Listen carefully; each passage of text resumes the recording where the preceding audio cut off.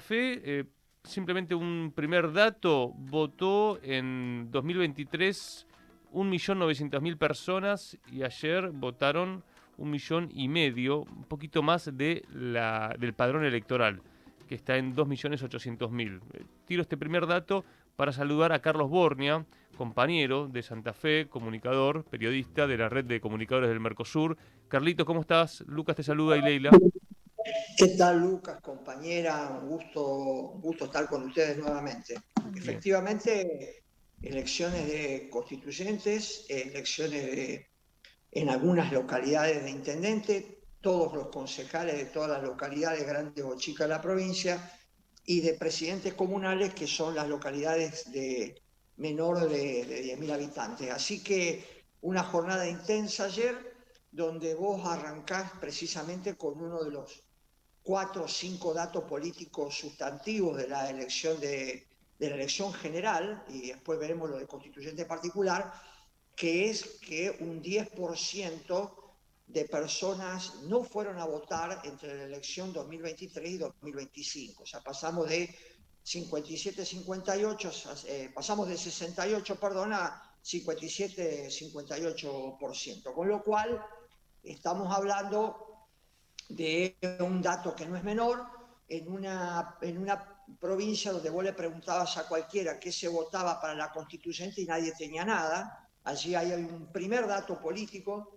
que es una cosa media insólita, compañeros, que es que el Estado, en el Estado, vía el gobierno de Puyaro, lanzó la propuesta, jamás tuvo una estrategia para comunicar ni nada de nada, excepto la fecha y algunas cuestiones formales, nada de nada sobre el contenido primero del proyecto, después de la reforma de la reforma que se transformó en una ley para la convocatoria.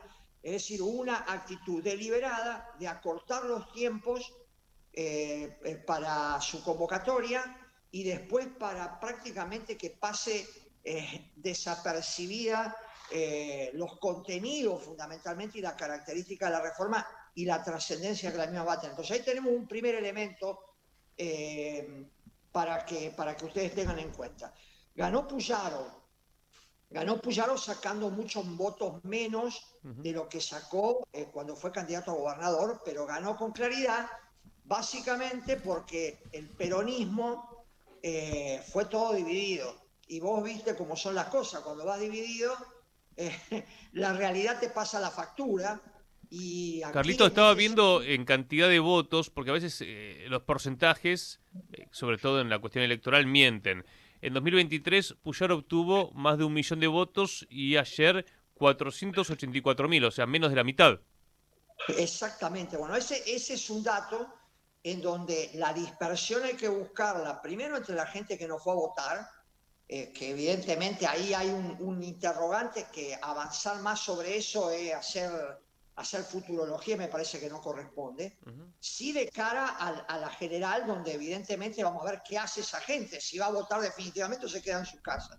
Y el segundo elemento, que hubo una fuga de votos hacia algunos sectores de derecha, pero si vos, y a esto es lo que quería hacer referencia, si vos sumás los votos de Monteverde, que fue con los senadores, con el rosismo, con la cámpora, o sea, con el PJ, los votos de Lewandowski y los votos de Roberto Zuckerman, el peronismo está en 24, 25%, 20, más o menos por ahí, con lo cual lo pondría a 10, 11, 12 puntos del gobernador, y la lectura que podría hacerse es otra, ¿no es cierto? ¿Se entiende lo que digo? O sea, porque si vos tomás los números duros hoy, ganó 35-15 el segundo, pero resulta que vos, digamos, corresponde hacer esta disociación y asociación a la vez, para entender que, digamos, por dónde fueron los votos de los peronistas. También esto ya se dijo antes de la elección, y hay que ratificarlo, que puede tener viso de realidad, que muchos votos de Amalia Granata fueron de sectores peronistas, digamos, de sectores peronistas no conforme con el cuadro de situación de división y de propuestas que había. En este marco, para digamos, para terminar un poco con el peronismo, fue muy mala la elección del senador nacional Marcelo Lewandowski. Sacó el 8 y pico por ciento, cayó estrepitosamente con respecto a lo que había sacado en la elección 2023, y hay que hacer una referencia porque me parece que estas cosas hay que mencionarlas. Lucas, el tema es así. Es de conocimiento, digamos, público entre la militancia del peronismo, la dirigencia, que Monteverde, en ese espacio que habían conformado con el movimiento Evita, con un sector de lo que fue el rosismo que se llama comunidad donde está Kiko Busato y otros sectores, primero dirigieron su marco de negociación al senador Lewandowski. No es que fueron al PJ, fueron primero de Lewandowski a tratar de cerrar por todos los medios. Y el senador tuvo una actitud digamos, refractaria a todo eso. Algunos utilizan la palabra soberbia y es posible que se aplique en este caso. Y entonces cuando se veía que eso no prosperó, desde el PJ le hicieron el ofrecimiento a Monteverde. Hubo mucha discusión dentro de ese espacio, Monteverde terminó aceptando. Da toda la sensación que ese marco de acuerdo tuvo el ok de Cristina Kirchner. Nosotros tenemos que saber que la Cámpora en la provincia de Santa Fe no tiene desarrollo para pesar en una lista, y sí los senadores departamentales, en algunos lugares le quedó algo al rosismo, pero bueno, de ese proceso fue el 15% de los votos. Quería terminar de decir esto, me extendí un minuto para que se entienda cómo fue la cuestión para llegar a donde llegamos, ¿no? Claro, la fragmentación del peronismo. Carlos, para que tenga en cuenta la audiencia, la constituyente, bueno, va a justamente votar una nueva Carta Magna provincial que viene de comienzo de los 60 en Santa Fe, ¿no? Es la que... 1962. Bien, y uno de los puntos principales es que Puyaro va a poder reelegir. Sí, hay muchas cuestiones del orden institucional que van a cambiar, y una de estas cuestiones que le da la posibilidad a Puyaro de que reelija, digamos. Y hay un montón de otros temas que no se sabe, acá empiezan los interrogantes, cómo van a ser abordados. Voy a poner ejemplo, hay toda una serie de cuestiones que tienen que ver con autonomía municipal, con derechos laborales, donde hay enunciaciones, pero desde el gobierno provincial no se han expresado cuál es la opinión previa sobre todo eso. Es otra de las grandes, entre comillas, curiosidades de esto, porque generalmente vos en un proceso de este tipo, ¿qué haces? Sos un candidato y salís a decir, más si sos gobierno, nosotros pensamos esto, aquello, sobre este tema, sobre el otro, fijá postura. No, acá se habló de 3 o 4 cosas nada más que tienen que ver con la reelección, que tienen que ver con el hecho de que como en la provincia de Córdoba, todas las localidades de Santa Fe se van a transformar en ciudades, pero van a cambiar su categoría, habrá categoría 1, 2, 3 o de primera, segunda o tercera. No, en una negociación con los senadores no se habló de una unicameralidad, que muchos insistían en que esto debía ser así.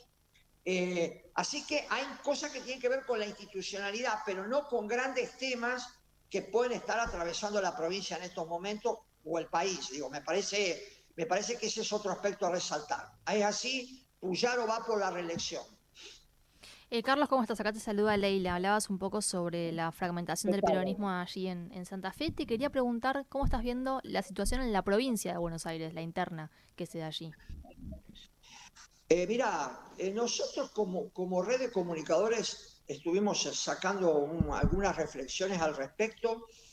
A ver, a mí me parece que hay demasiada gravedad en la situación como para que se siga manteniendo una cuestión de tira y afloje. Hay cuestiones que se hacen públicas que dan vergüenza ajena. Yo no creo que Cristina esté entornada, ni mucho menos.